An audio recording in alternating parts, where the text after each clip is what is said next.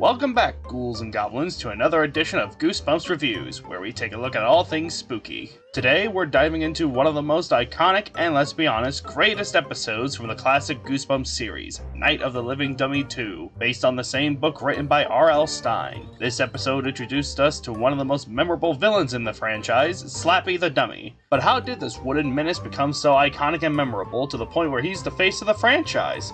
Let's dive in and find out. For those of you who don't know, Night of the Living Dummy 2 first aired on January 12, 1996, and was adapted from the book of the same name. The story centers around Amy, a young girl who receives a ventriloquist dummy named Slappy. At first, it seems like a harmless gift, until strange things start happening. Items break, pranks escalate, and naturally, Amy gets blamed for it all. But as the chaos unfolds, Amy realizes something chilling. Slappy isn't just a regular dummy, he's alive, and has sinister plans of his own.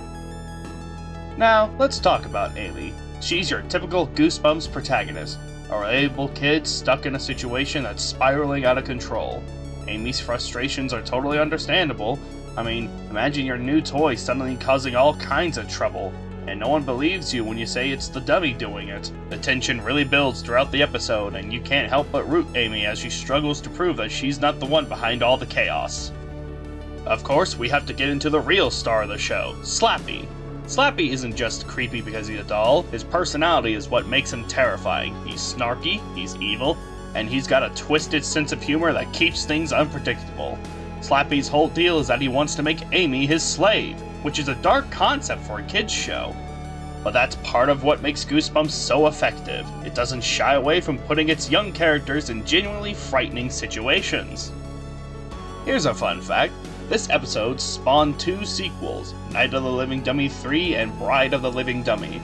However, if you're feeling like something is missing, it's not just you. Night of the Living Dummy is one of the few Goosebumps episodes that didn't have their prequel adapted. It was commonly speculated that there might have been a lost Night of the Living Dummy 1 episode that was based on the original book that never aired. However, in 2020, everyone's suspicions were put to rest with an interview with various people who worked on the original show that came out. In the interview, when asked about it, it was stated that there were no lost or unaired episodes. They say that they looked through the books, and if a story didn't work, they would skip it and move on to the next. Why do you think Night of the Living Dummy 1 didn't work? Would you have liked to see Mr. Wood properly adapted into live action? Tell me in the comments below. I'm genuinely curious. As for the scares, Night of the Living Dummy 2 delivers. Slappy's pranks start off relatively harmless, but as the episode progresses, the tension builds. Every scene with him feels like a ticking time bomb, and you just know something bad is about to happen. The practical effects may be a bit dated now, but there is something charming about that old-school, hands-on approach to horror. The way Slappy's face subtly moves, his grin widening, it's the kind of stuff that sticks with you long after the episode ends. One of the episode's standout elements is its atmosphere. The suburban setting gives off this it-could-happen-anywhere vibe, which makes the horror feel even closer to home. The dim lighting, the eerie music, it adds all to the tension. And let's not forget those classic Goosebumps jump scares. Even if you can see them coming, they can still manage to get under your skin. Plus, the whole concept of an innocent toy turning into something evil, that's a timeless fear that Goosebumps has mastered. The climax is one of my favorite parts of the episode. Amy's final showdown with Slappy is both clever and satisfying. She finally manages to outsmart him, and without giving away too much, the way Slappy gets defeated is both unexpected and totally fitting for a Goosebumps villain. As with most Goosebumps stories, the episode leaves us with a classic twist that'll make us shout, "What?" So, how does Night of the Living Dummy 2 hold up in 2024? Honestly, it's still one of the best episodes in the series. Slappy is just as terrifying and hilarious as you remembered, and the episode's mix of horror, tension, and psychological horror makes it a standout. Sure, some of the effects and acting might feel a bit dated now, but that's part of the charm.